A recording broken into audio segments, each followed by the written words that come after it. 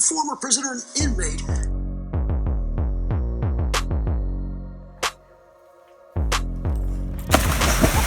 You did it. What are you doing, Guns? You bit the hell out of me. Wanna see you with your hands up. Going straight to the sky, let me see you put your hands up. Cause we do till we die and we on another level.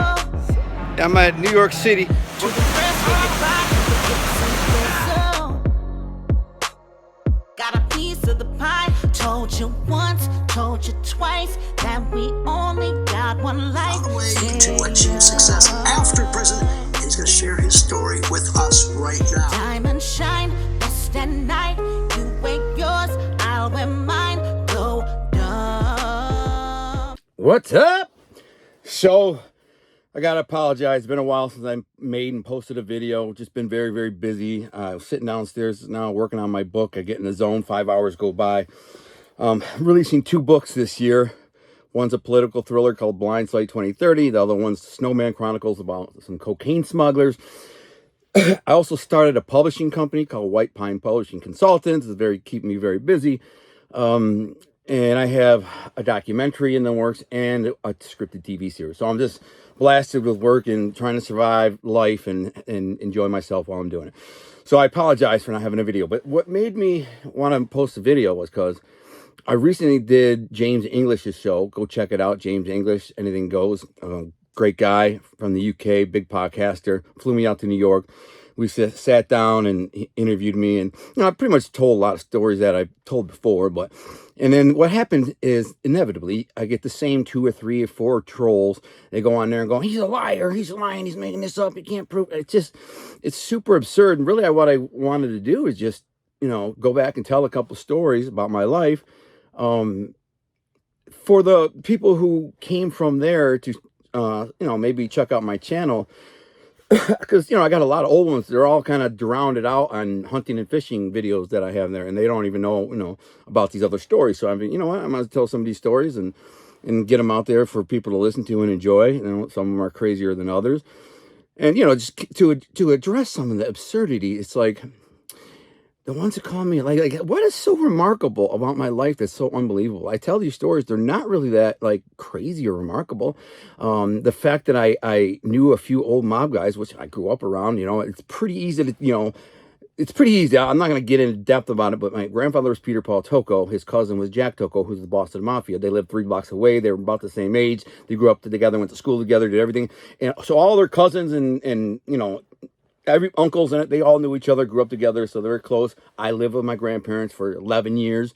So I was, exposed to these guys. It wasn't no big deal. I was a young man. I was a little punk. Nobody really paid much attention to me until I got a little older.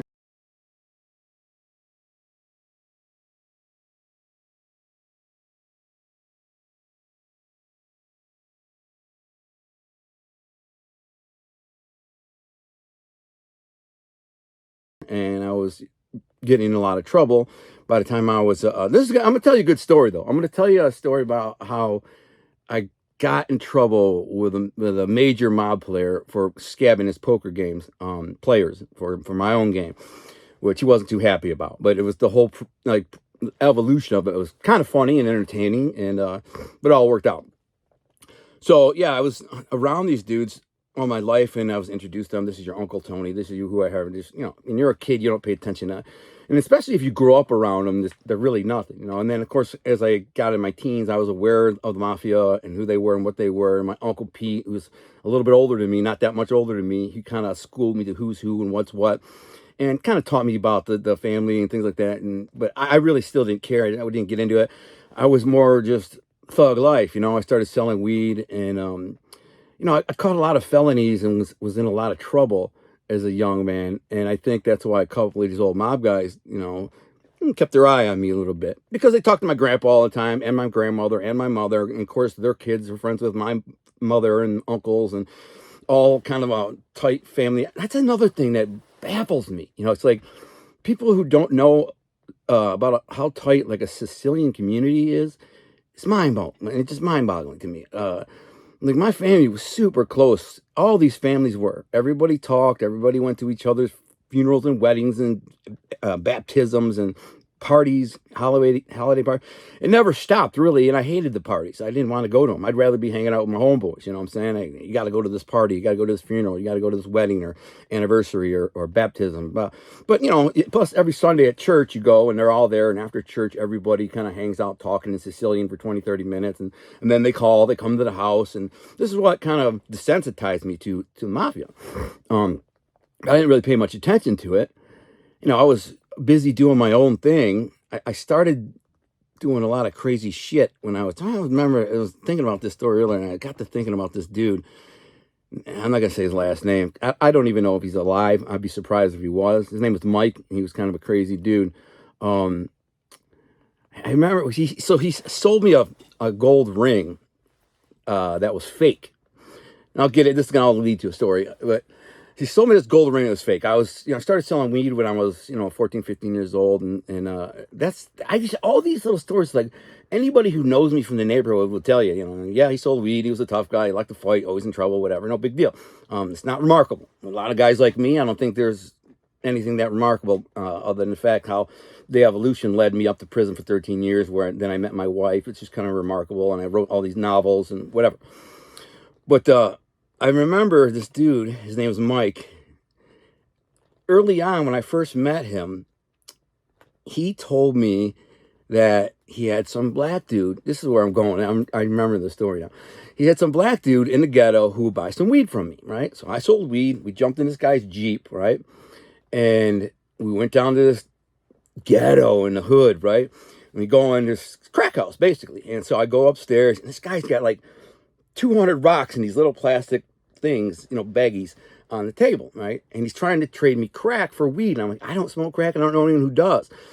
But Mike insisted that he could help me sell the crack. He's like, don't worry, just try it. So I trade him for some crack, and I gave it to Mike, and he sold some, but like smoked some. He's a freaking crackhead. And then so another time, this is crazy.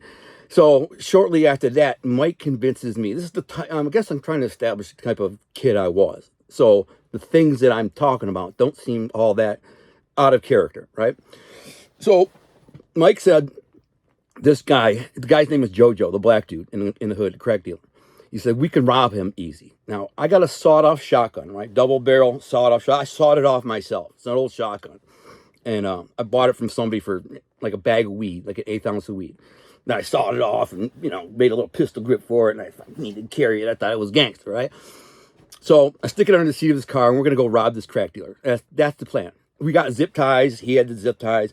And we're just going to take all his crack and his money. And I think guy had a gun, too. So on the way there, this is on 6 Mile. 6 Mile in like Chalmers. It's a really bad area. I think the street's called Seymour, but everybody knows it's 6 Mile. It's chilly up here, you guys. And so we're driving along. He's got this brown Jeep. It's bumping. We're in there. Boom, boom, boom. And I look over and we're at a light, parked at the light. And I look over, and there's some dude got this chick's purse. And she's yanking, he's yanking, he's fighting back. And she's screaming, help, help, help. It's right there, man, like 10 feet away from me, 20 feet. So I'm like, hell no. And then all of a sudden, the dude like punches her in the face, old black lady. And I'm like, what the frick? I jumped out. I grabbed that shotgun from under the seat. I go, yo, man, let her go, let her go. And he looks at me. I'm literally a 120-pound white boy, just a little skinny white kid, 15 years old, 15. He kind of looks at me. He's pulling, let go, bitch, bitch. He's punching her. So I aim kind of above him and to the side a little bit to fire like a warning shot to try and scare her, because I'm thinking I'm going to be a hero. I'm Captain Save-A-Ho. Boom, I shoot. And that thing kicks like a mule. Boom. And you can tell the dude got hit. Like, I wasn't planning to hit him. I wasn't aiming at him. I kind of aimed by him. And boom, it like hits him in the shoulder, and he stumbles back, and he looks at me. His eyes get all big. And he, like in a split second, he goes, what the frick? And he turns around and starts running. So I jump in the car, throw the thing on the seat, and we abort the robbery, right? We ended up robbing the dude later, on a different day. So 15 years old. I just shot some dude who's trying to rob an old lady. So then what's funny about that dude is fast forward about, I don't know, 6 years, right? I was I was selling weed to this black dude named Lorenzo, and there's another story. That's another thing. He told the story about getting hit in the head with a baseball bat, but there's no scar. I mean, all the dumb crap people say. If you look, here's the scar right here. So you can see it pretty good too. I got another gash on my head from another time, but this was the bat. And they're like, I mean, just people like calling out shit they don't know nothing about, claiming I'm a liar. It's the same 3 or 4 geeks who obsessed over my life, who watch every video and try to catch me in a lie. Or like I said not that long ago, Tony Jack taught me how to play poker when I was like 10. I said like 10. Like I didn't know the exact age. But somebody said, he's lying. Tony Jack was locked up when he was 10, which is true. Tony Jack was locked up when he was 10. But I originally told that story. I said I was like 5 or 6, but I thought, man, it's too young to try and teach some kid how to play poker. But clearly they did. So on my birthday, he comes in with my Uncle Nicky, and they sit us kids down, teach us how to play poker, say you got to beat house, yada, yada, yada. So I tell the story a different time, and I'm thinking, I think I was probably a little older, wasn't sure. And they're like, see, he's lying. I'm like, dude, listen, it's a 40-year-old story. You know what I'm saying? 45 years old. And I'm just recalling it on the fly. So I got 2 years wrong. I think I must have been 6 or 7, not 10, whatever the case. It's just stupid shit like this, and how absurd it is that these weirdos, man, that are mentally ill, obsessed over my life, stalk everything I say or do to try and catch him up. I'm like, you have no idea. No one's ever going to come out and say this wasn't true. No one's ever, from my family, from anyone's never going to say that's a lie, because A, they can never prove it, and B, they'd be lying. So, people are never going to come out and lie on me blatantly, because then I'm going to have a real problem with them, and I'll go see them. And the people from my past who did know me, they knew me. I'm not going to hurt people these days. I'm not going back to prison or some dumb shit, but still, they know it's still me, and they don't want no problems. And no one's going to say nothing, because they'd be bold-faced lying, right? The life that I lived at the time, back then, it was kind of a double life. I didn't share the criminal shit that I did with my high school buddies from the neighborhood. You know what I'm saying? You think I went and did some collections for a bookie and beat a guy up or whatever, which didn't happen very often, but a couple times. And then I come back to my boys going, what's up, man? I was just freaking, collecting for this mob bookie and slapped the shit on some dude and got 10 grand. You don't say that. You don't share it with anybody. I was raised to keep family business between the family or whoever you're dealing with. And I was like that my whole life, compartmentalized my crime with just me or whoever I was involved with, which, I was sent to prison for 13 to 50 years for extortion, bank robbery, armed robbery, and a bunch of other crap too. I pled out. That was like 0.00001% of the crimes that I committed in my life. The other 99.99999%, there's no record of it. And that's the same thing with every career criminal or mafioso or whoever. I'm not saying I was in a mob or a mafioso. I'm just saying generally, there's no record of it, unless they get busted or somebody rats on them or they rat on somebody else. Well, I didn't do that. So I was never involved. I was involved in an organized crime bust, which is the steroid thing. I've told that story before, but it was, younger kind of wise guy coming up, guy and a guy selling steroids, big bust. But I was lucky that literally the newspaper said, organized or steroid bust links to organized crime. Yesterday, Alan Gunnar Lindblom was arraigned in city court or district court for steroid delivery, blah, blah, blah, blah, whatever. And I couldn't believe they said that in the paper. Like, organized crime was like, thought I was in big trouble. Man, I was. I ended up in jail for a while. But anyways, all this stuff that I was doing, it was, not something I shared with people. I didn't share it with my girlfriend's brother. There's a dude, somebody out there has got a fake profile with my girlfriend's brother's name. Could be him, I don't know. But he's the last dude. The dude was a known cooperator and a crackhead. So you think, and I hated the dude. Couldn't stand the guy. So I wasn't going to freaking share anything with him. The dude's been locked up like 30 of the last 50 years. Not joking. That's legit. And so he didn't know nothing about my life. Only that I was dating his sister, and that's it. And my girl didn't know nothing about nothing, and most of my friends didn't. A few of my close friends did, like my best friend Jay, my friend Mario. I think my friend Gino knew some stuff, but I didn't share it. So anyways, back to this guy Jojo, right? So fast forward like 5-6 years later, and I'm selling weed to this black dude named Lorenzo. Call him Lo. He was a good dude. He liked me. That's the dude who was there the day I got hit in the head with a bat and I got stabbed and all that. He kind of saved me. But at the time, him and his crew were buying some decent amount of weed from me. At first, they just bought it to smoke, but then they started selling it because they all sold heroin. They had a house on a block on Glenwood was the name of the street that they pumped heroin. And so I don't think I was using drugs or anything like that. Nah, I just got introduced to them through a guy named Charles, black dude named Charles, who I first met because I sold him some fake Rolex watches. I told him they're fake, but they're real good ones with the sweep. You couldn't tell they were fake. And I was selling them to like $300 for him and his boys. And then he introduced me to this guy, Lowe, and said, you know, this guy's got some good weed, a white boy. And I started hanging out. And like, he would introduce me to his boys and be like, they nervous, you know, white dude thought I was a cop or something. I was young, you know, I was like 20, 21 years old. And he does what we do. He'd tell them. And they're like, what? He's like, yeah, what, you know, he does what we do. He's a hustler. And I'd sell them a quarter pound or a half pound or pound, whatever it was. It wasn't a lot, but, you know, they'd buy it. So they liked me, and I never, like, spent a lot of time hanging out with them because it was the ghetto, man. A white dude in a severe ghetto, man. But him and his boys were cool. There's a dude named Sean, a dude named Pat, who are both dead now. I don't know, I think Sean might have went to prison, but Pat died in a car accident in a high-speed chase. And they liked me, and they were good dudes. I mean, like, I'd go to their real house, their, you know, parents' house. I, you know, hung out with him and his girls and all this. So one day in the summer, he says, I'm having a party. You know, come on by, Al. You know, they call me Al. And, you know, come to the party. And I'm like, nah, you know, come on, bro. Come on, have a beer with us. Hang out with us. And I'm like, all right. So I think they had a keg. So I go down there, you know, in the backyard. It's probably 20, 25 people. It's barbecue. It's summer. Just getting the evening time. Music's playing. Everybody's having a good time. I'm still nervous. Don't get me wrong. I was nervous in that environment because I'm the only one there. I had a gun, though, so I'll tell you about that in a second. I carried a big old 44 Desert Eagle that I had just bought. Now, I got the Desert Eagle from one of my friend's dads, and he said, I'll trade you the Desert Eagle for a Mac 10. Might have been a Mac 11. One of the two. I can't remember for sure. One of the Macs. That's a machine pistol, but those only cost like $200 at the time. Now, that 44 Desert Eagle is worth like $1,000 even back then. It was freaking a rare gun. Big old freaking cannon. So I go to my dad and said, can you get me a freaking Mac 11? I'll give you a couple hundred. He said, yeah. So he gets me a Mac 11, and my dad was a gun dealer. And so I trade a guy, and I get it. So I got this big cannon. And so I go down to this party, and like I said, I'm a little nervous being back there in his backyard. And again, if this is so unbelievably, remarkable, unbelievable, I don't know what to tell you. Like, maybe you should get out more. But there's a couple of people who say that. But I'm hoping that, you know, anyone from James English Podcast comes by and listens to this and like, well, it's pretty obvious he's telling the truth and he's just spitting stories, you know what I'm saying?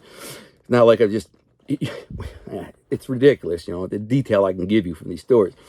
But I'm not saying I got a perfect memory either, because I do forget details, and I've been messed up details. I've told stories before where I changed the name to protect one of my cousins or somebody in my family where I don't want them to know anyone to know who this is.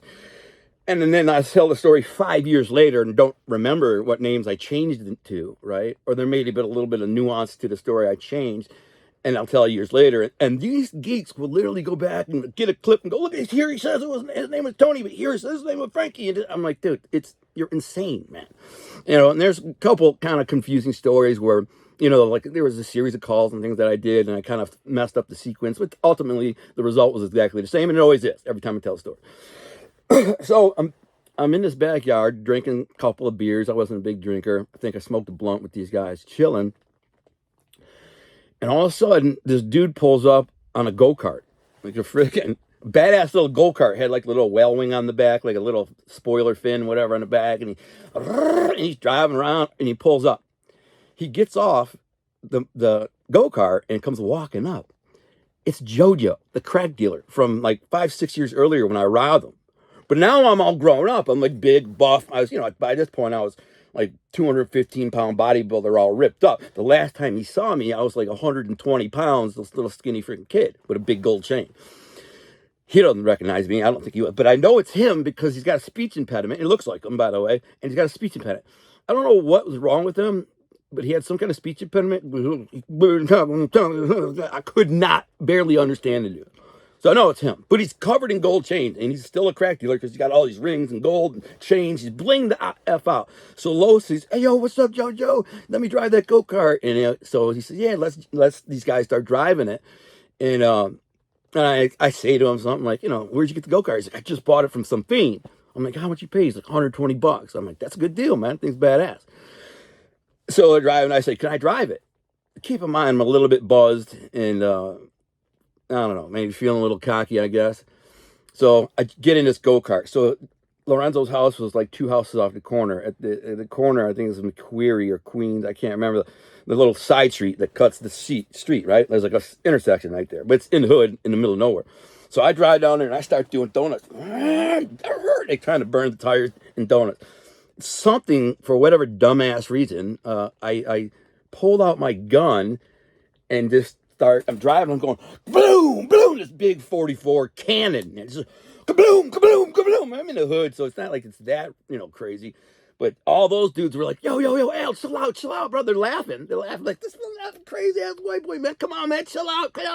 And there's a aluminum garbage can on the corner on the front lawn. So there's a garbage can sitting there. And I'm like, boom, boom, boom. I dump a couple shots in it, and these guys all freak out.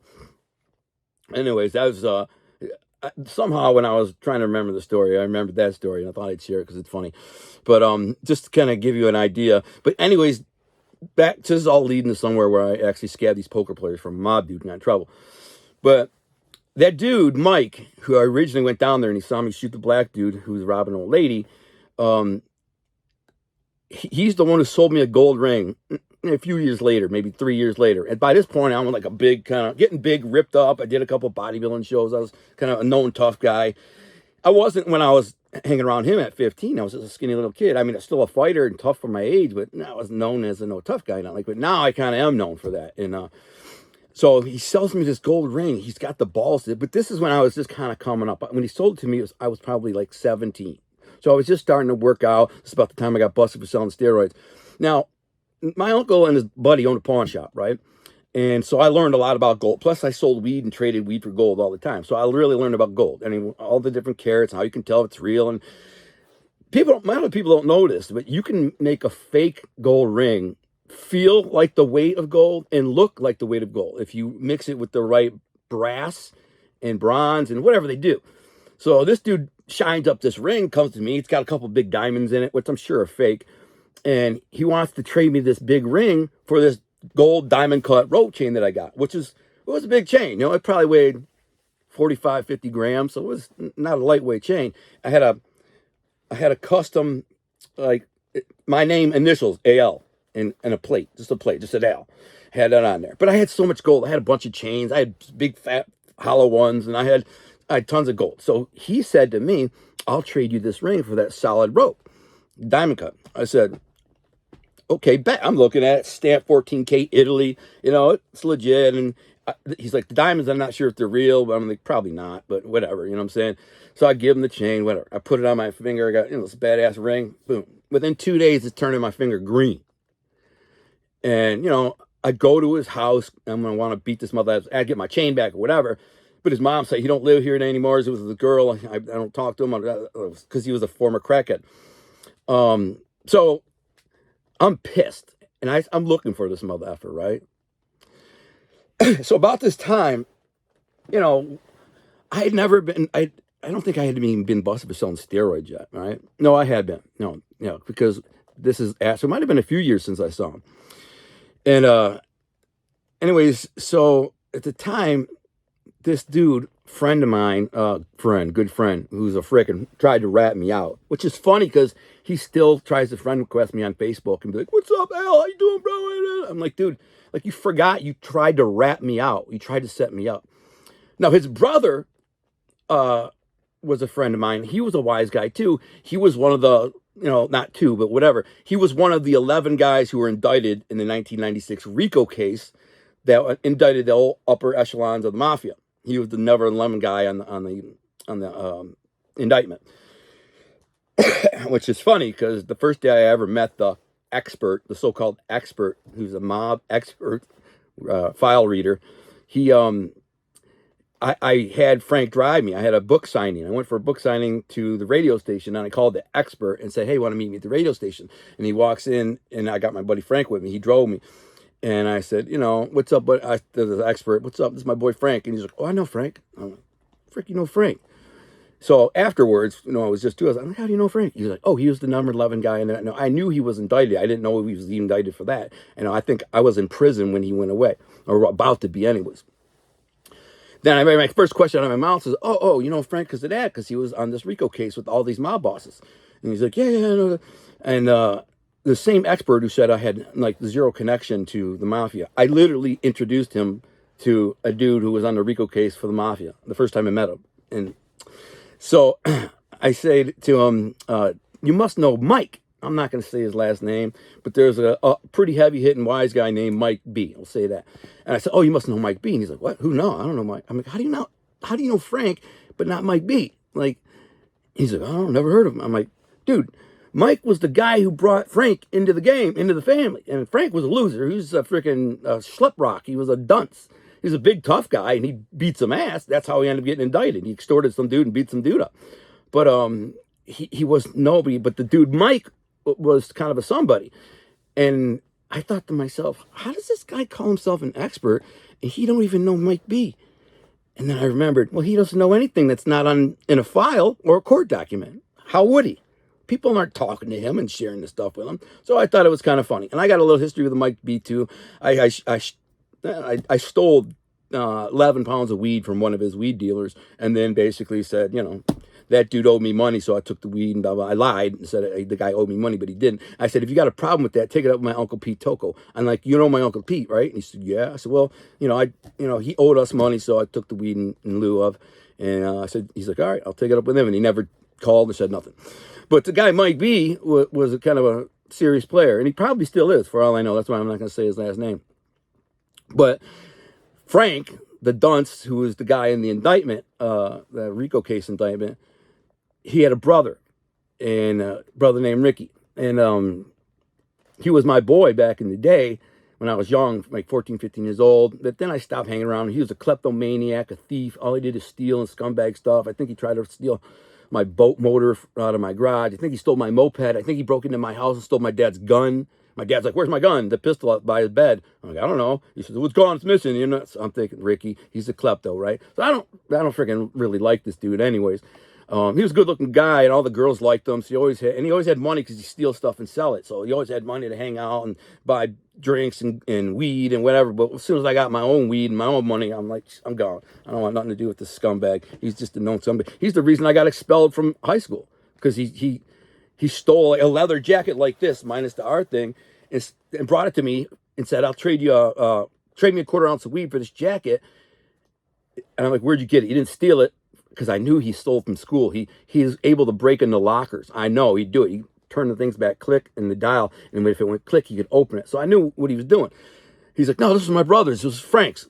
He outgrew it. It don't fit him no more. So he gave it to me. You want to buy it? Give me a quarter ounce of weed. I'm like, yeah, it's like a $300 letter coat. So I'm like, yeah, here, buy it. Wear it to school. Next day, boom. The guy who he stole it from sees me. The guy's name is Jason Matthews. My wife just brought him up yesterday. She said my cat looks like Jason Matthews. I'm like, I look at her. You freaking know Jason Matthews? She's like, oh, he was a nice guy. He was a nice guy, but it was his jacket. So he sees me in it and tells the school cop I'm wearing his jacket, and I end up getting busted for it. But I wouldn't rat Ricky out.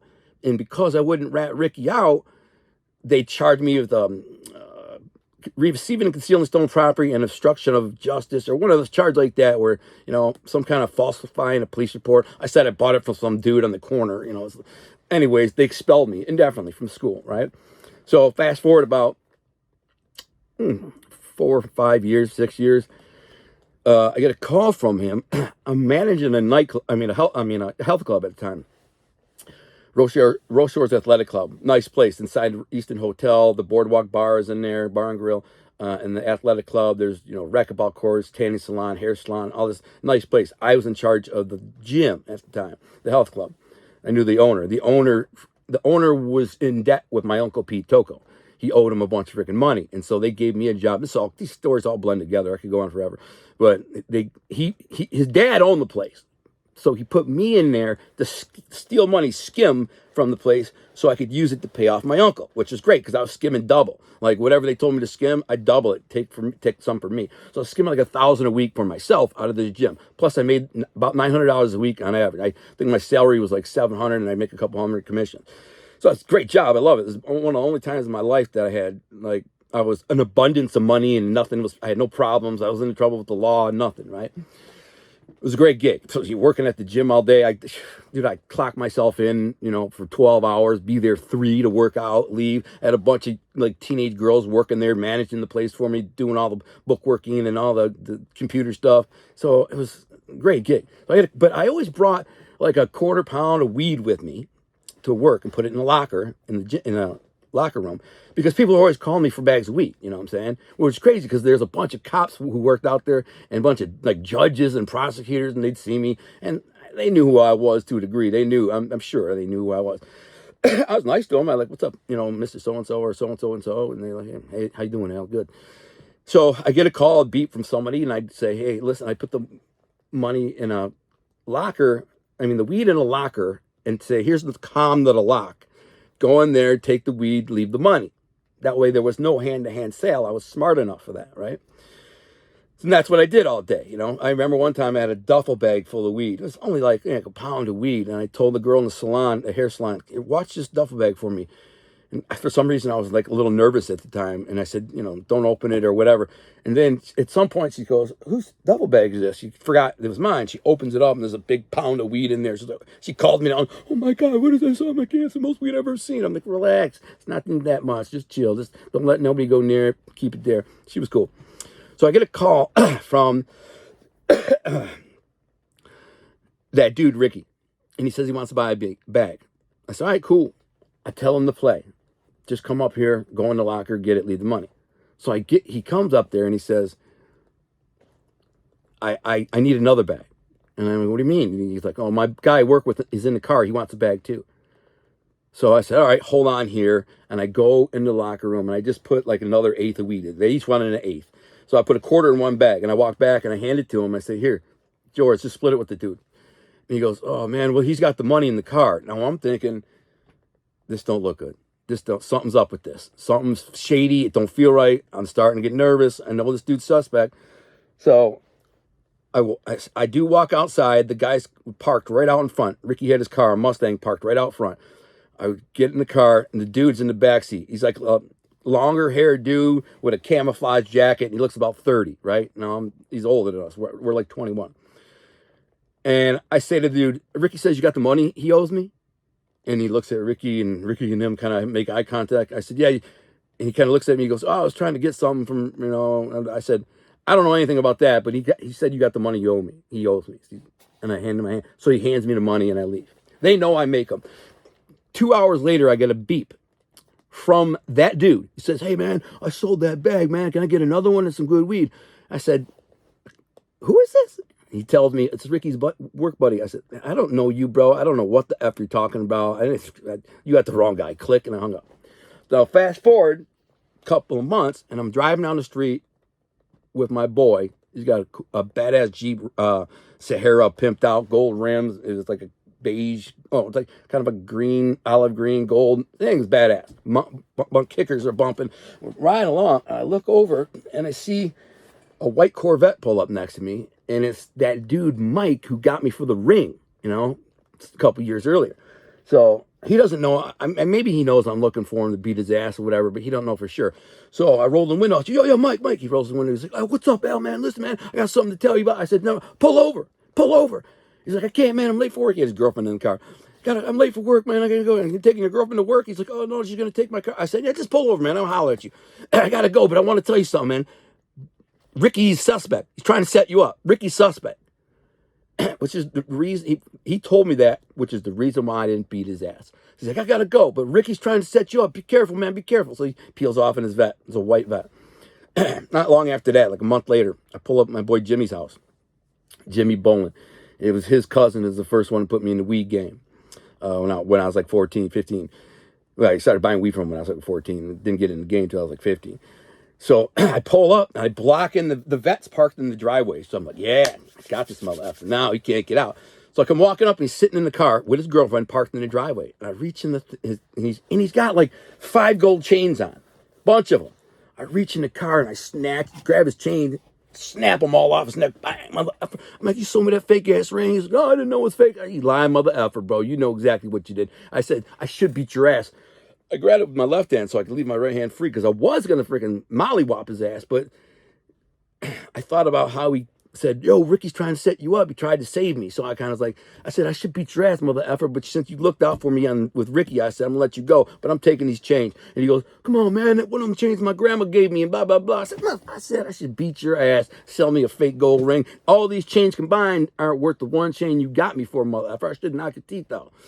So anyways, flash forward to, I guess it was around the same time when I started bouncing at Brownies on the Lake. Now, Brownies on the Lake, I've told the story just like I told on James English, how I was at my cousin Nina's graduation party, and my grandpa asked Tony Jack if he'd give me a job. They got me a job bouncing at this club, nightclub. Everybody knows I worked there. I worked there for like 3.5 years. I mean, I got all my boys working there. I mean, everybody who worked there. I got my cousin working there as a bouncer, barbacks, bartenders, like 6 people working there. So easy to, it was no big deal. I was just a bouncer. But the club was very mobbed up. All the mob guys, especially the East Side guys, all lived kind of in the vicinity. They'd all come in there every night, right? They were constantly in there. And they knew I was a Toko. They knew, a couple of my cousins were like, yo, it's my cousin El Toko. And I tell them, I'm like, no, my last name's Lindblom, but my mother is Grace Toko. And they didn't care, like, oh, Gambadi, come stop, paisan, Gambadi, Kujin, whatever, cousin. And they come, it's every time they come in, they shake my hand, give me a hug. Sometimes they kiss me on the cheek, which is just standard protocol. And they were nice to me. And then one day, Tony Jack came in there and was sitting I was sitting by the door. It was kind of earlier in the night. And there was probably 10, 15 guys in there that either were mobbed up or connected guys who knew. And Tony was sitting there for like 15 minutes talking to me. I don't even remember what we were talking about. But he was in there, what were we talking about? I think we were just talking about some family stuff. I can't remember. Maybe my Uncle Pete was in trouble. But so all these mob dudes who were kind of dudes I didn't grow up with, because they're younger guys, the ones I grew up with were either my grandpa's, Gambadis, his paisans, cousins, all his cousins and stuff around his age demographic. And then my Uncle Pete and Uncle Sal had a bunch of cousins and friends. I knew some of them too, but most of them I didn't know. They're older, like my mother's age, you know what I'm saying? So I was a kid. My Uncle Pete had friends that were like younger, closer to me. And I knew some of them because by now I'm selling weed. I've been to jail for selling steroids. I got busted selling steroids in the organized crime thing. And the guys I was dealing with were, associated with organized crime, Italian guys selling massive millions of dollars with steroids. So a lot of these guys, I was aware of who I was. Plus, they'd see me knock guys out in the club, that club. They'd heard stories about me. I'd been robbed some people, just crazy stuff. So one day, this guy comes walking in. His name is Nino, which is another funny story about the expert, because I brought this up with him. I'm like, do you know this guy Nino? And he's like, yeah, of course. Yeah, I know. He's a big shot. Still to this day, he's a big shot. I was like, yeah. Well, I got a funny story. And I tell him the story I'm about to tell you. And that story was, the guy comes in there one night with I see him all the time. He hangs around this crew of wise guys, Tringali crew, and some of these other guys, a guy named Glenn, Andre, there's a bunch of them. They're older, so they didn't pay much attention to me. I was just a 20-year-old doorman, you know what I'm saying? But they liked me, heard stories about me, and, they knew I was a drug dealer or whatever. And I was connected to some degree. And so I'd see this guy Nino come in there with all these guys all the time, hanging out. They just go over there in their little section of the club, tables and chairs, and go or at the bar, and they'd hang out. A bunch of them were high rollers, man. They had boats. They'd pull up, and this place was on the lake. It was called Brownies on the Lake. It had this huge, massive deck that like butted up against a lagoon, and you could pull in with your boat, and you could valet park your boat right against the deck. They only put the big badass boats, big offshore racers, and speed boats and crap like that. Sometimes big yachts, but they took up so much room. So everybody who had a badass boat would go to this club and like play big shot, and then they'd get off the boat and have, you could have a table right next to it and drink in girls or whatever, and then take them out on the boat after the club. So some of these guys had boats. I don't remember who, but Mike Mollahan had a badass boat. I remember that. He was he's not a wise guy. He's another bouncer from Titty Bar, but a big muscle bodybuilder. Anyways, Nino comes in there one night with some hot chick, right? And she looks young. Now, Nino's about 30, I'd say. 32, he's kind of older. And to me, he's an old man, 30, 32 years old. And his whole crew was, most of them. Their guys ranged in age from like, late 20s to 50. Like some of them, there was a bunch of guys in there who were like 45, 50, 52 years old. I remember one of them was Pepe. I got a crazy story about Pepe. And the other one was a guy named, what the frick was his name? Artie. was one of them, but not my Uncle Pete's best friend, Artie. Anyways, he comes in there with this hot chick, and he's walking around, and she's kind of she had a red dress on, super hot chick, as hot as they get, literally as hot as you get, and she's walking around in this red dress. So she comes walking by, and I'm at the door. It's pretty busy. It's a busy place. It's like 12 o'clock, and my place is jamming, man. There's like 500 people in there. I said, "What's up, man? What's up with you and Nino?" I said, "That old man." I said, "What's up with you and that old man, Nino?" Because right away I said, "How old are you?" She was like, "I'm 21. I'm like, "No, you're not." She's like, "I'm 21. You looked at my ID." I go, "That ID was fake as shit." I knew it wasn't you. She's like, "Ha ha ha." It was my sister. My sister's 23. I'm like, "Yeah, I get it." And how old are you? She's like, 19. I'm like, "Ah, that's cool." I'm like, "What are you doing with this old man, Nino? Like, what's up with you and this dude?" And she says, "Oh, we're kind of dating, or he's my friend, blah, blah, blah, blah." And I say, at the time, I was, believe it or not, a handsome young guy. Jersey Shore, gelled, slick, hair. I had the kind of wavy, curly hair. I was ripped up. I was doing bodybuilding shows. I was all tan. So I was kind of a pretty boy a little bit. And I say, "Dude, let me give you my number. Call me. Call me." I say, "I'll take you out. We'll have fun. You forget that old man. He can't make you laugh. I'm going to make you laugh. We're going to have some fun." And she says, "Okay." So I write my number on a napkin and I give it to her. But she had no purse that night. She came in with no purse. And so she ended up walking around with this napkin in her hand at some point. And I wrote on there, "Give me a call." I think I said, "F that old man, Al." Let's like, say my name, Al. "F that old man. Give me a call, Al." So Nino at some point sees that in her hand and says, "What's in your hand?" She's like, "No." Then he pulls it out of her hand and he sees it. I don't know this. I think he puts two and two together. I mean, my name's Al. And, he saw me talking to her too. She was like up by the door talking to me. But I don't know this. So the next week comes by and she comes in again with him. And when she walks by, I said, "Yo, why didn't you call me?" She's like, "He found your number." I'm like, "What?" "Yeah." I'm like, "Does he know it's me?" She's like, I don't know. I'm like, "What did I say on there?" And you said, "F that old man, put me your number and your name." I was like, "Oh shit, dude, I'm freaking screwed." So now I'm real nervous that this guy don't like me and like want to kill me or whatever. But that ain't even the end of it. I might as well just tell you the full story with this, man. I said, "Give me your number. I'll call you." That's how hot she was and stupid I was. "Give me your number." She said, "Okay." So she gives me her number. Actually, that night, I gave her a number. She gave me a number. She had come in with her sister. This is a funny story. She come in with her sister. I said, "This time, give me my number. Matter of fact, wait for me when I get off work. Let's go to breakfast. At 3 a.m. Let's go to hit Denny's or Coney Island or whatever." She said, "Okay." Her and her sister were in a convertible red something.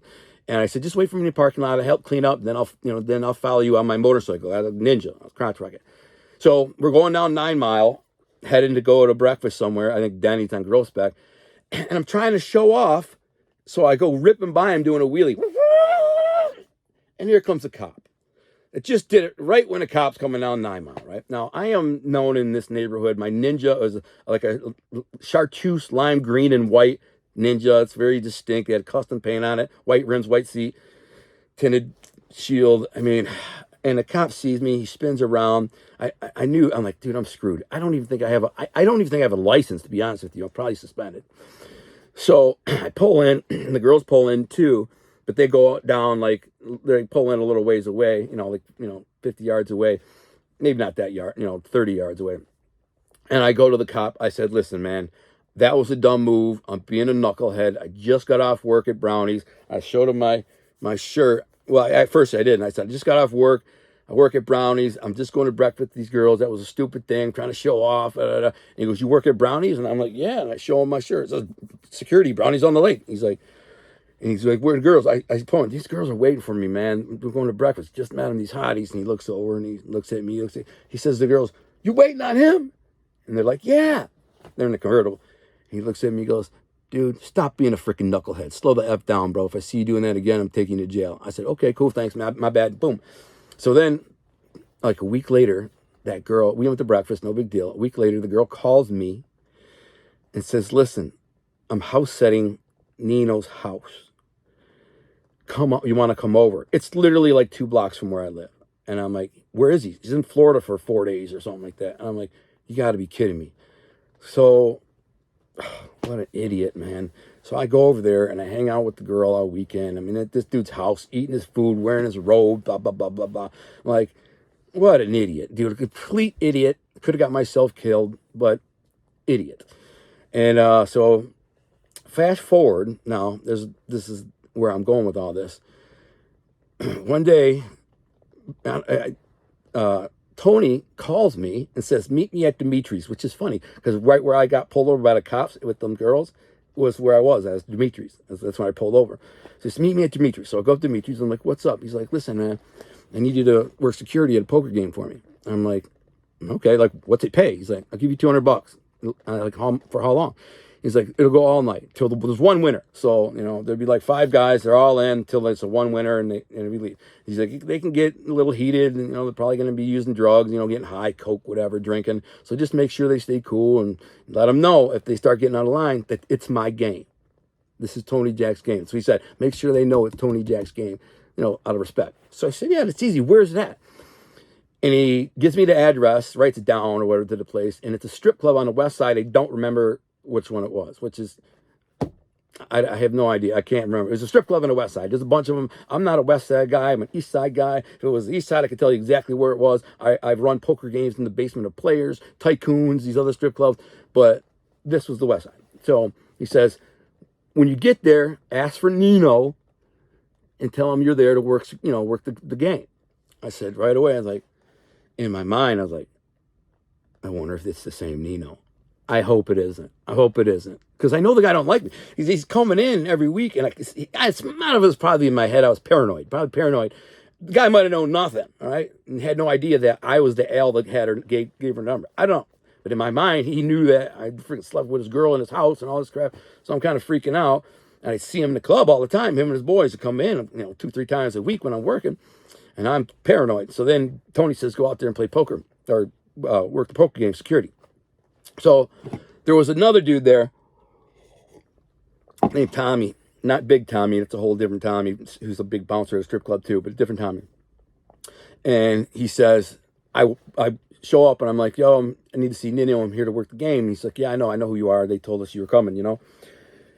He's like, I'm like, so are you staying for the game? He's like, no, I got to go. He's like, I got something. I got to be somewhere tomorrow, whatever. He's like, but, you know, you can handle it. I'm like, well, what's the deal? What do I do? He said, well, when the players come in, you take their cash, frisk them for guns and weapons. If they have a gun or a weapon, you put it in the safe. You take their cash. If it's 10 grand buy-in, you put the 10 grand and you give them 10,000 in chips. Each one of them get chips. Now, they got a stripper waitress delivering drinks, like free cigars. And I think there was, I don't know who brought the Coke. At one point, they were doing Coke. Not a lot, but they had, you know, they smashed up a 8-ball on the thing on the table, and we're all snorting Coke off its little mirror. Not all of them, a couple of them were. So there was 5 guys. I do remember there was 2 black dudes who looked like street hustlers. There were 2 white dudes who were like businessmen, you know, dressed in like a shirt and tie. Older guys, you know, they're all older, even the black dudes. And there was one dude who was a white dude, younger guy, and when I later asked who he was, they said he was a box man, which I didn't even know what a box man was. I'm like, what's a box man? They're like, he's a safe cracker. He cracks safe. So every time he hits a big score, he wants to play poker. I'm like, oh, okay, that makes sense. So there's these dudes. These are all, I don't know what the business guys did, but at one point an argument broke out about who's the bigger criminal, drug dealer, or politician. I think one of them was a politician. They start arguing, they get heated. And who you have talking to, bro, blah, blah. And I had to go over there and say, hey, man, calm down, you guys. Remember, have some respect. This is Tony's game. And they are like, shut up. So I stay there all night. One guy wins the money, you know, whatever it was. Oh, by the way, I didn't tell you. Nino is the dealer. So when I show up, I go down to this basement, and Nino is the dealer. And I say to him, I'm like, hey, what's up, Nino? How you doing, man? He's like, you don't say nothing. He just goes, what's up? He might have said, what's up? You don't talk to me, whatever. And he's, you know, he said, get the chips and all that taken care of, but he interact with me at all. And I'm like, man, this guy don't like me. So that's it. He deals, he's cutting every pot. Every pot he hits 10% off, boom, boom, boom. And I didn't even know how poker games worked. I mean, I learned how to play poker when I was a kid and from Tony Jack. And he's the one who taught me how to never gamble, but be the house. That's not gambling. If you're cutting the pot, and you're the dealer, you're the house, you can't lose. So I'm like, that's kind of how I live my life all these years. I never gambled. I did play dice, but again, Tony taught me to play a game, 3 dice. it's a Greek name. I can't remember it, but it's a 3-dice game. If you're a house, you win every time. Problem is, if somebody hits 4, 5, 6, they take the house away, and then you have to bet so high that they want to pass the house back to you because they can't cover the bet. It's a scam. It's all scam. As long as you can maintain the house, you win 3 out of every 5 rolls. You know what I'm saying? So, anyways, so I go there and play poker. I learned the game of poker, the hustle of housing poker, right? So I do a couple games, right? That was the only game I did on the west side, and then I had a couple on the east side. And so I see these guys, some of these players, these bettors, they're in brownies. They come into brownies. And I'm thinking, this is how stupid I am. This is how dumb I am. I'm thinking, well, that's easy, man. I could host a game. I could host a poker game. And how hard is that? You know, you get a freaking hot chick, stripper chick, you know, in a negligee or something, get some cigars and drinks out, you know. My mind was like, listen, since Tony's game is cutting every pot, I cut every third pot. So there's more payout. There's more money. I might not make $10,000 in a night, but I make $5,000 in a night or whatever it is, $4,000 or $5,000. That's a lot of money to me. So I know it's itching. It always itches when I talk. So not a cokehead. So I get to thinking I can run a game. So I go to my friend. Can't even remember this guy's name for the life of me. But he was a kind of a straight shooting square dude, handsome guy. He was married, had a girl. They had a nice house in like East Detroit, East Point, it's called now. And I thought of him because he had a basement that was real finished and nice, and he had a poker table, like a base top poker table down there. Plus, he had this badass aquarium, this big, huge, 500-gallon saltwater aquarium that was badass, right? I'm like, this is the perfect place to host a game. So I said, can I host a poker game here, man? And I'll give you like $500 for the night. And he's like, yeah, cool. And his wife was a hot chick. So I'm like, dude, and I'll pay her, $150 to just kind of pour drinks every once in a while. I'll come down if anyone's, bring a couple cigars down, whatever. He's like, yeah, let's do it. So I go to a couple of these, and I had a couple of guys myself that I knew who would bet or play, but I had like 3 guys handpicked that were Tony's players from those other games. So when I see them in the club. I'm like, yo, I'm thinking about putting a game together, man. You want in? They're like, how much? I'm like, $5,000 buy-in, but I'm only cutting every third pot. We'll have drinks and party favors and girls or whatever. And they're like, hell yeah, give me a call. I'm in. So I arrange this and I host a game and it goes well. I don't remember how much I made, probably cleared $3,000, which is easy chunk of change for a one night's worth of work. You know what I'm saying? Same thing. There's always a couple arguments. Guys get geeked up on coke but they're playing, they're having fun. They know they're going to lose probably, but sometimes they win. If they play 5 games, they'll win their money back. So, you know what I'm saying? It's how it kind of rotates. The money goes from this guy to that guy, this guy to that guy. I'm just cutting the pots so I can get my little skim. So then my grandpa says to me one day, he says, yo, I just talked to Tony. He said, knock it off. Knock off what? He just told me to tell you, knock it off. Did he say what? He said, nope. Maybe he did, and just, Grandpa didn't want to tell me. My grandmother might have been in the same room or in the next room. He just said, knock it off. I'm like, what the frick he's talking about? Then I do it again. Now, I do it again like a month later, another game. This time I make a little more. I made the buy-in higher, make a little more. And what happened next was my grandpa calls me. I wasn't living with my grandparents at the time. I had my own house. My grandpa calls me and says, come over. I got to talk to you right now. I didn't know what it was. I thought maybe somebody was sick or dying or I don't know. So I get there. Tony Jack's at the table and he says, how much you make from that game? Right away, man, my heart drops. My heart just, like, I know I'm in trouble. He says, how much you make? This is a very dangerous dude, bro. This is the #1 suspect in the Jimmy Hoffa disappearance. I don't even think I knew that at the time. I just knew he was an old mob dude who's got a lot of juice on the street. Everybody was scared of him. Everybody's, my Uncle Pete said he's the street boss of the family. He runs the street. I don't know what that means. I had no idea that he had these black drug dealers pumping heroin. I didn't know he was the king of the bookies. I didn't know he was the king of sports betting. Didn't know he was the king of all gambling. And I had none of that. I just knew he was an old G. That was my grandpa's Gumbati. They grew up together. They lived in the same neighborhood. They went to schools together and church together and businesses together. And, they're just, knowing each other for 50 years, 60 years, so their whole life. And they both came from Terracini, Sicily, which is a small little city outside of Palermo. That's where their families hailed from. That's where all of the families hailed from. All of them. They all ended up in Detroit because Well, some migrated there and then told all the family come here and come here. And before you know it, they all ended up there in Detroit from Terracini. So he says, how much money you cut from that game? And I'm like, I think it was $5,000. It was $5,000. I said, I don't know about $5,000. He says, I'll take 6. I'm like, what? He's like, I'll take 6. I'll wait. I'm like, you serious, man? I said, I'm just trying to make a buck. He says, you don't take my players to make a buck. Have some respect. The F is wrong with you? And he's very, very serious. Very serious. And he's like, stone faced. My grandpa's sitting right there. I'm like, what the frick, man? And I was like, I knew I had like $4,500. That's all I had. I said, I don't have it all. He's like, well, you better get it. And he goes like this, I'll wait. So I go to my friend Pat O'Brien. He's another guy you could confirm all this with. He's a good dude, still a friend of mine. He will definitely tell you a fact. So I go to Pat. I go to his business, Pat O'Brien's bar on 10 Mile and Jefferson. And I walk in. I said, where's Pat? And it's an emergency. Like, he's in the basement doing paperwork. So I go into the basement. I come walking in. I'll never forget. The door to his office was kind of ajar, so I could see the light, right? And I look through, and I see him counting money. He's got stacks of money. He's counting money.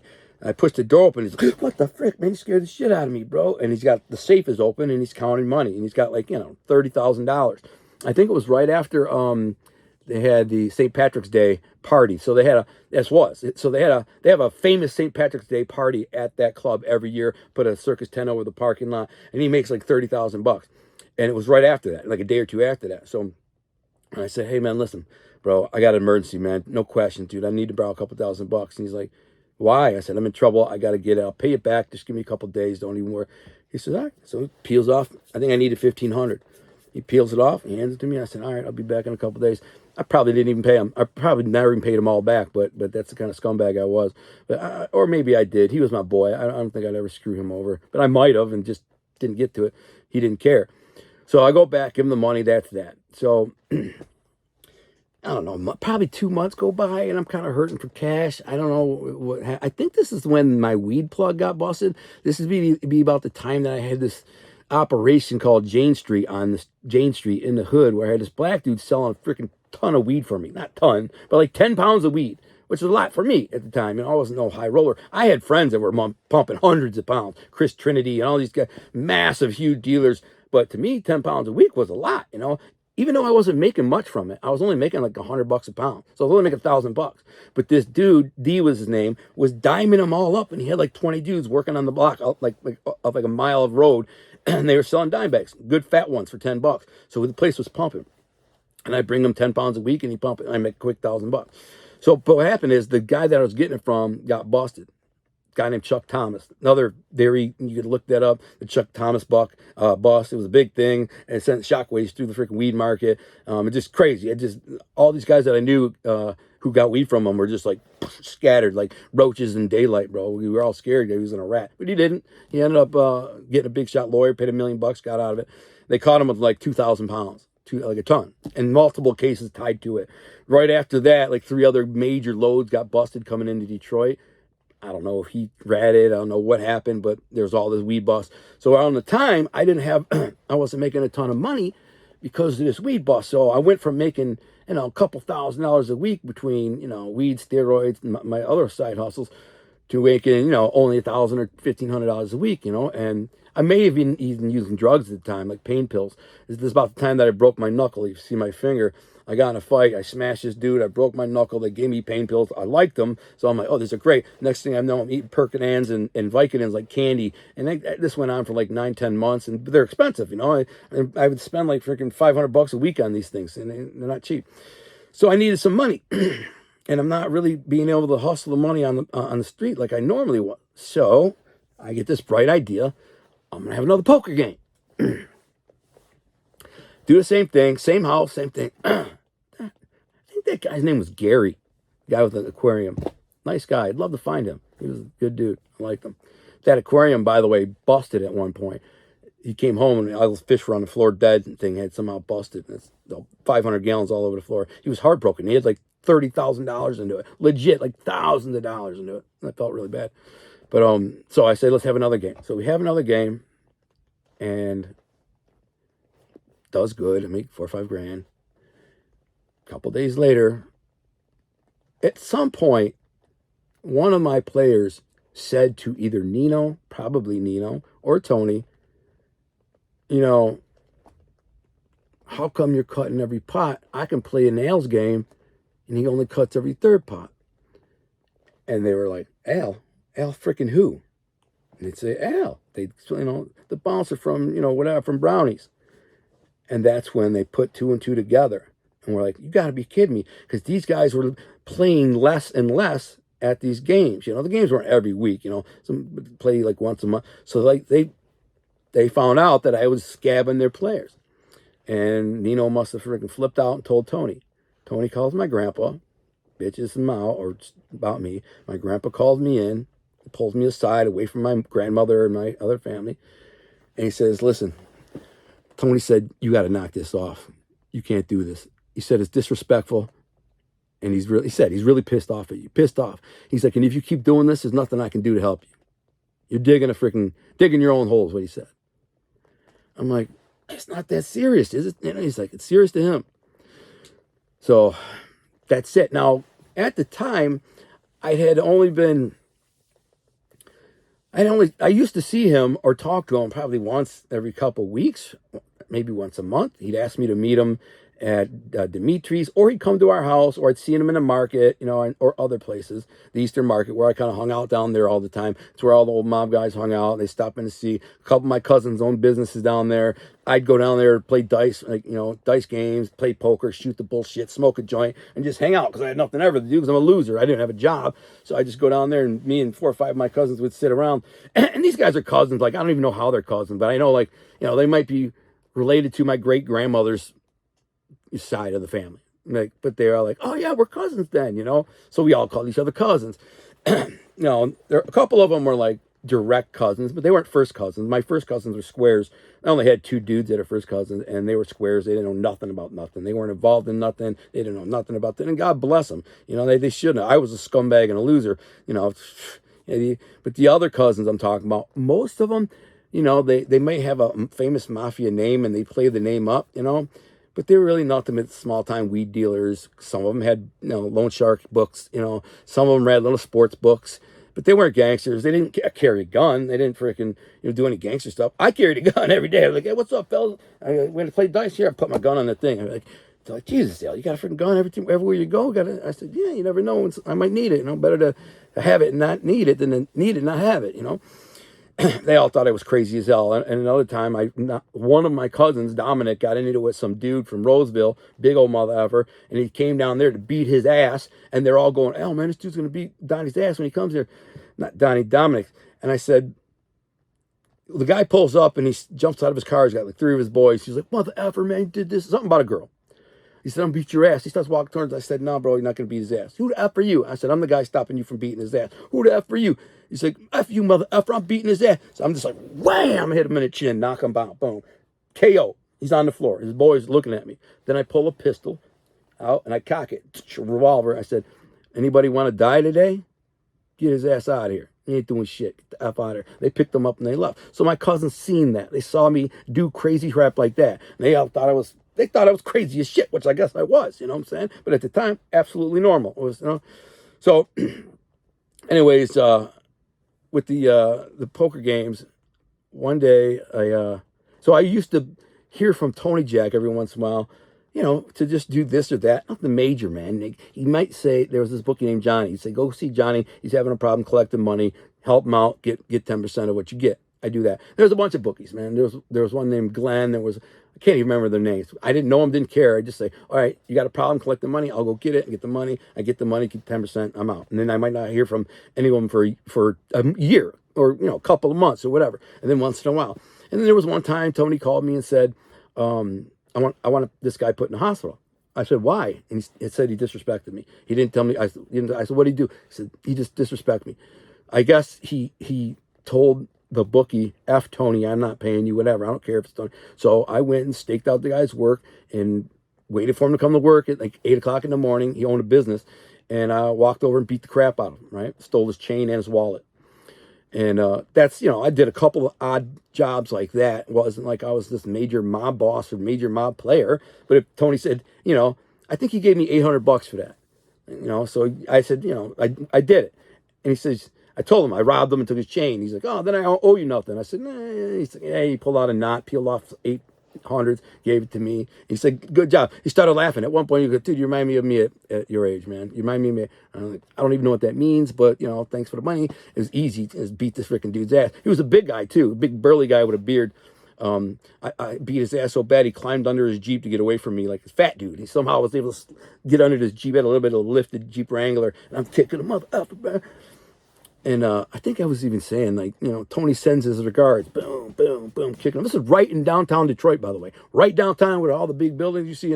That's where it was, like one little side street between the buildings. And that's a funny story, too, because I was going to hit him with a crowbar originally because Tony said he wants him in the hospital. So I said, all right, just whack him once with a crowbar. He's in. And as I get out of the car to walk up, because I staked it out the day before, I knew that he came to work every day at 8 o'clock. So I said, all right, let's get him tomorrow. I come back, I'm sitting there, I go to jump out of the car. I'm so geeked up on adrenaline, I forgot to grab the crowbar. So I start like speed walking across the street from this dude. He's getting out, he can't see me. And I trip, like scuff my foot and I trip and I fall down. But I like do a somersault and roll right back into my feet. But at that point, the dude saw it and he starts laughing. And that's what really pissed me off. He's laughing. He's like, that'll wake you up or something like that. I said, motherfucker, wham, wham, wham. I started pounding him. And he don't even know really what's going on. So I said, Tony says hi. And again, I didn't see Tony also. But after the poker game incident, I didn't see him or talk to him for like a year. And I won't get into the whole story. It's like funny how it's just funny how the naysayers, So the underboss of Detroit Mafia was a dude named Tony Zarelli. I didn't really know him. I knew who he was. I knew he was an underboss, but I didn't really know him. I did know he was friends with my grandpa. My grandpa or grandparents would send me to get food. He had a place called Spaghetti Palace, and they'd send me up there to get food. And they'd say, go see Tony when you're there. Tell him I said hi. I said, hey. But he was, I didn't know that he was kind of a deposed dude. Like he had his own little mafia crew that wasn't connected to the ones that I knew. I didn't know that. I thought they were all the same. He's the underboss. They weren't. They were the boss and him were beefed out. They barely talked. Tony Zarelli had his own crew of like dunces, a bunch of idiots. They're the ones that one of them turned into a ratted everybody out. That's how the RICO case came. I don't know none of this, right? But I do know one day I got, it's a funny story. I might as well tell it. I extorted this guy, a deli owner in Hamtramck. I pulled a play on him. I sent some guys in there to trash the place and then threatened to kill this guy who owned it. And then these black dudes, and I sent them in again to do a trash the place. I give them $50. And they go in there and throw everything around, crash, bang, bang, threaten to kill him. And then the third time, I happen to be in there, getting a sandwich in Hamtramck, this little hamlet inside of Detroit. And they come in there, hey, start barking. I pull up my pistol. I said, hey, motherfucker, this is my boy. Messing with my friends. This is a friend of mine. Get the frick out of here. I'll blow your effing head off. And they're like, all right, my bad. And they turn around and run. I kick one right in the ass. And they run out of there, and I gave them $50. Then I turned to the deli owner and said, hey, man, you having a problem with these guys? Let me know. Give me $500 a week. I'll make sure nobody bothers you. Nobody's going to mess with you. They all know me. They ain't going to mess with you. They know me. Well, it turns out that deli owner had a camera that was on, and he was already paying a guy protection money. So somebody else had already done the squeeze play, the extortion play. I didn't know this. So he showed that person who was a member of Tony Zarelli's crew, apparently, or one of them. And he said, this guy came in, he explained what happened. He sees it's a play. And he says, this is the guy. And one of them recognized me and said, I know who that is. That's Pete Toko's nephew, Sal Toko's nephew. Pete Toko's, because my grandfather's name is Pete too. So somebody said, I know who he is, Al Alonzo. He's freaking crazy. He's a freaking lunatic. So I get a call from my grandpa, and he says, hey, listen, go up to Spaghetti Palace, go see Tony. He wants to see you. I said, I'll probably picking up food or what. I don't know what the frick it is. So I walk in there, and it's Tony Giacalone, a heavy-set dude who I think was Tony's driver, maybe bodyguard, and one other person. I can remember his face, but I don't know who he was. It might have been Frank Bomarito. I don't know. But I come walking in, and long story short, because I'm at minute 7, they said, what's up with you and this guy in Hamtramck? Pollock is what he said. What's up with the Pollock in Hamtramck? What are you talking about? You freaking shaking him down. I said, yeah, so what? He's like, he's under RIGs. I said, what the frick is that? He's like, He's under us, our protection. He's with us. I said, I didn't know that. And like, yeah, well, because you didn't ask. I said, what, I got to ask? Anytime I want to try and make a buck around here, I got to ask? He says, yeah, that's how it works. And in my mind, I'm like, F you, mother effer. I'm not in the mob. I'm not a mobster. I'm not in the mafia. I don't give a shit about you and your punk ass rules, man. F you. That's how I saw them. I literally saw them as like, fuck you, man. You ain't got no pull on me. You know, I'll do what the frick I want. And that's when he says, and this is like the third guy who said this to me, man. And he says, he kind of smiles. He sits back in his chair, his throne, in this like plush office at his place. Not plush, but it was a pretty nice place. And he says, I like you. He's like, you're a tough guy. I get it. He says, but you can't beat everybody with these. One day someone's going to come with one of these. And then what are you going to do? And I said, well, it's a good thing I got one too. And I pulled up my shirt, showed a pistol. I said, it's a good thing I got one too. And I say, and I'm a good shot. So, you know, they better get me, because if they don't, I'm going to get them. And then I'm going to go find who sent them, and I'm going to get them too. But I didn't mean it like towards him. I was just saying in general. But the way I said it sounded like I was kind of implying I was talking to him, which I didn't. It wasn't the intention. The funny thing is when I walked in, this is really funny, just to be funny because I'm a cocky, stupid kid. When I walked in, the fat dude was sitting by the door, and then they shut the door. And I look at the fat dude by the door, and I go, Tony, this is the only guy stopping me from getting you? Like, being funny, because they were all in there. I was trying to look cool in front of Tony Jack and all these other guys. So I said, what, this is your bodyguard? This is the only guy stopping me from coming in here to get you? And he goes, sit down. And they shut the door and lock it. Like, just like in Bronx Tale, and they locked the door. And right away, I thought that was kind of weird. But I'm like, anyways, as I sit down, and that's when he says, you mean you and the pull lock and blah, blah, blah. And I said, when I said that about, yeah, I got a gun, I better be a good shot, because I am. At that moment, I looked at Tony, and they, not Zarelli, but Tony Jack, and he knew that I said something I shouldn't have said, and it wasn't intended to sound like it did. And that's when Tony said, Patsulapara means crazy gunner. Patsulapara, what are we going to do with you? This freaking kid. And then he starts laughing. This freaking kid, man, what are we going to do with you, Patsulapara? I said, you know, I didn't know, you guys. I didn't realize, you know, I just figured this guy's a good mark. And they're like, yeah, well, maybe next time you go to do something like that, ask your Uncle Pete. He would know. Or your Uncle Sal. He would probably know. Or Tony Jack. And Tony says, listen, misunderstanding, it's all good. Alonzo, knock it off. Everything's good. And I said, yeah. And then we started talking about, like, you know, the Lions game, and everything was cool. It could have been bad. But that is a good story that kind of illustrates, you know, my life from back then. It was not glamorous. It was not anything that interesting. I was just a freaking knucklehead. And I did happen to have some connection to a couple old mob guys. I knew a bunch of old mob guys that were my grandpa's friends and stuff. I'm not going to say their names because they still have kids and grandkids and family, and I'm not going to put them on blast, right? I don't want some spastic troll going, Al was saying this, Gunner was saying this about you and your grandson or father or whatever. I don't say it, but there's a small handful. You know, there were legitimately probably maybe 100 made guys at the height of the mob. Back when I was a young man, it might have been 30 or 40 guys. I only knew like 5. That's it. And I'd seen the other ones around, and somebody might have said, you know, he's got his button. So-and-so is that guy's maybe. And I'd be like, yeah, I don't care. You know what I'm saying? Doesn't bother. Is he going to help me get money? No, well, I don't give a shit about it. You know what I'm saying? Does he want to buy some weed? No, I don't give a shit. I don't care about mob stuff. Don't mean nothing to me. None of it means nothing. I was not that impressed by them. I respected them because they were older, and you know they're mob guys. They they deserve respect. But I didn't ride their jock and be like, oh my God, it's a mob guy. He's a big guy. I literally didn't care. Didn't care at all. I'd seen them since I was a little kid. They'd come on around. They come and go. You know, they stuff $5 bills in my pocket or pinch my cheek, give me a kiss. Yeah, it meant nothing to me. It was just everyday normal stuff.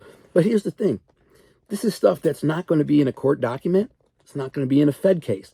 Like these Fed files that the experts have, they're like from 1980, right? And they're on the same like 10 guys, mob bosses. I was just a punk ass kid. And there were a lot of guys like me. Like I said, Frank, Mike B, all these other guys. I knew, 10 guys kind of like me, loosely associated, connected, guys who sold weed and sold drugs and maybe did a little muscle work, something like that, scams. There were hijacking, safe jobs, larceny jobs. We ran a larceny ring one day. I'll tell that story again about the larceny ring. That was a pretty interesting story. But otherwise, that was nobody. You know what I'm saying? I'm just telling stories from my life that, I think people will find interesting.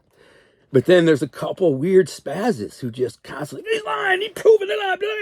Like if somebody makes a video with a fake name, fake handle, fake voice, fake everything, and twists everything you say to make you look bad, who's fake? Who's the fraud? You know what I'm saying? This is really me. My name is Alan Gunnar Lindblom. I'm easy to find. I'm not hiding from nobody. Not one person from my family who's ever said one word to me about the stories that I share, because A, they are true. B, why would they? They don't care. I'm not implicating anybody. The guys that I'm naming are all dead. I already served my time, 13 to 50 years for prison. And now I sell books for a living. I'm an author.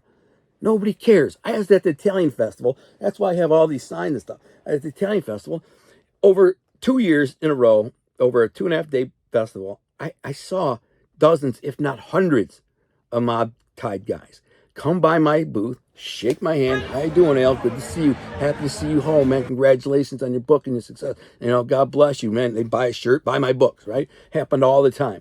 The boss's own brother stopped at my table and spent 20 minutes talking to me, and I told him a couple stories about his uncle, which is Tony Jack. I said, yeah, I knew your uncle pretty well. Not really well, but I did a few odd jobs for him. He's a funny story. Like I told him the story about how he wanted me to freaking put that guy in the hospital. I told him the whole story. So like 10 minutes, he's listening, he's laughing. He goes, it sounds like my uncle. And then at one point he says, yeah, I said, you don't have a problem with anything I'm doing here, like sharing my stories. Like, no, I don't give a shit at all. I don't care. I said, I didn't know the guy. I'd never met him before. So maybe I met him before. That's how I knew who he was. But he says, no, I don't care what you're doing, man. I don't give a shit. You ain't hurting nobody. I said, yeah. He says, but I hate that expert guy who writes the picture books. And I said, why? And he says, because he gets so much shit wrong and he exaggerates and embellishes and blah, blah, blah, blah, blah. And I said, well, he's right there if you want to talk to him. The dude who apparently said he didn't know me, like years later, who claimed he barely knew me, Mr. Lindblom, the dude had been in my booth for 5 hours wearing one of my Art Thing Apparel shirts, sitting right there. I said, well, he's right there. You want to talk to him? And the guy, Vince, says, it's all good, man. I don't care. It's not that serious. And that was it. Then his wife bought my books for somebody, she said, who would love these books. I remember saying, so-and-so loves this kind of book. And they bought a shirt. And then they left. And throughout the weekend, more and more people came by. One of my cousins came by, said some very heartfelt things. I have his number. I could call him right now. Good dude. He said, I told him, I know I'm not a toko technically, and he says, don't say that. You're a toko and you'll always be a toko. And we're proud of you. That's what he said. Now, this is somebody who's plugged in. He's still in that environment. I don't know if he's involved in organized crime, but he's a good dude. Anyways, he said that. And that meant a lot. He even introduced me to his family. He's like, come over here. And he said to his daughter, you're named after his mother. So his daughter was named after my mother. I couldn't believe it. I didn't know that. She was young, she was only like 12, 13 years old. She was born when I was in prison. That's why I didn't know her. I didn't even remember the dude, bro. He looked different. Now he's like, you can't, that's what he said. He said, he's like, you remember me? I said, it's your cousin. He says his name. I said, oh my goodness, bro, dude, it's been so long. He's like, yeah, man. He's like, man, you and your Uncle Pete were wild back in the day, man. And he starts rattling off stories, like stories that I just told you. And he starts bringing stories like that up. I think he was there when I freaking knocked the dude out for Dominic. He's like, man, you were a wild kid back in the day. You did some crazy shit. And I'm like, yeah, it's not me anymore, man. I'm just a freaking author. So anyways, the moral of the story is it's, what'll happen inevitably will be a couple of trolls, 2, 3, 4. They're just weirdos who live in a basement, probably don't have jobs, and spaz, and they'll watch every minute of this and then comment it. Then what they'll do is they'll take little clips of it and piece it together with some other thing with a fake voice name and claim that I'm lying. I'm like, you're never going to prove that it's a lie, because it's like saying the sky isn't blue. You know what I'm saying? It is what it is. You can't change reality. If you can't find evidence of it on Google or a document or some expert in his file that he read from 20 years ago, I don't know what to tell you. But I will say this. the average real dude, and I know a bunch of real dudes. I mean, I hang around like Larry Mazza. I know A-Light pretty good. You know, we've talked a lot. And I know a bunch of real dudes. I've interviewed them, and they all say the same thing. It's easy to tell if a guy's the real deal or not. Like, you can tell a phony, but if a guy's real, it's easy, you know? And I have nothing to benefit by making myself into a scumbag. You know what I'm saying? I say, this is the scumbag loser I was, a little petty weed dealing scumbag who, you know, liked to fight and rob and steal when I was a kid. I mean, that's why would I make that up? Like, I'm a novelist, man. I write 500-page novels, epic, huge stories, man, that, you know, they're grandiose, but this is nothing that remarkable. So anyways, I hope anyone who's just found my podcast or never listened to any of them before, what I'm going to ask you to do is go back into my archives of stories. And I got a couple hundred of them. Some, you know, more gangster than others. Some of them more interesting than others. But I got a couple hundred. I took a couple hundred down, and I'm gonna record more when it's time to promote my books and the documentary and all that. For now, if you enjoyed this story and appreciate the story and it's entertaining to you, well, go check out my other videos. Right now, all you see in the top of my videos, I don't even know how to change it so the other videos show up first. They're all like hunting and fishing and outdoor videos from my house because I haven't been doing nothing else. I'm just working. It's winter. It's cold. You know, hunting, fishing, that's all I do. But I haven't made any of these videos like this, like, you know, Tales of a Reformed Gangster videos in months. And I really had the wind taken out of me with it. Like, I'm not making any money from it, so what's the point, you know?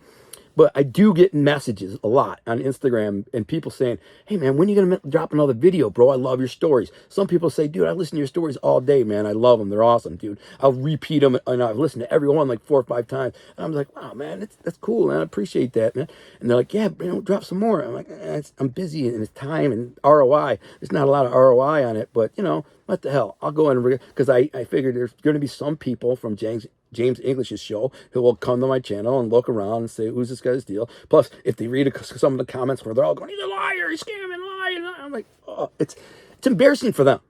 Like, someone would actually lament on another man's life to the degree that they would troll every single comment so they can post some dumbass shit. And you're not going to provide any evidence that I'm lying because that's impossible. You can't do it. It's my life. I lived it. You can't erase it. It is what it is. Whether or not you believe it or not, I can care less. But fact is, this is it. I was a scumbag, yes.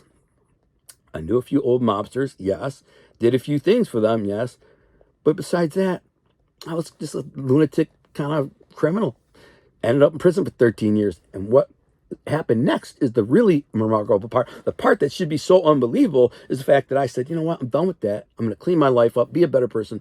And now I'm going to start writing these novels. I wrote these novels that led me to a woman who worked for a publisher who read my novels, said they were the best books she ever read. We started writing letters, became pen pals. She fell in love with me over like a year through letters. She committed her life to me, waited 7 years for me, married me the day after I got out. Then I published my books, and people are saying my books are the next Godfather. They're saying this is the greatest mafia story that's ever been told. It has nothing to do with my life. You know, there's a couple characters and happenstances that are, you know, mildly influenced, you know, by my life, but nothing. That's remarkable. People say, you know, you went from this scumbag to now being the guy people say wrote the next Godfather, right?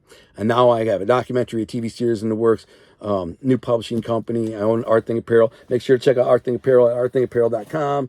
We custom make it to your city. We got a bunch of different designs, so check it out. Art Thing Apparel at artthinapparel.com. And my books, To Be a King, Volume 1 and 2 on Amazon, 5-star reviews. You know, between the two books, probably 300 reviews. It's pretty good.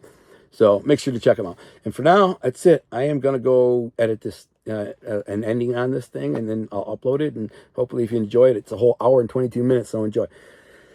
Until next time, I'm out. God bless. Make sure to like and subscribe, by the way. If you haven't, make sure to do that right now. I'm out. God bless you guys. Former prisoner and inmate.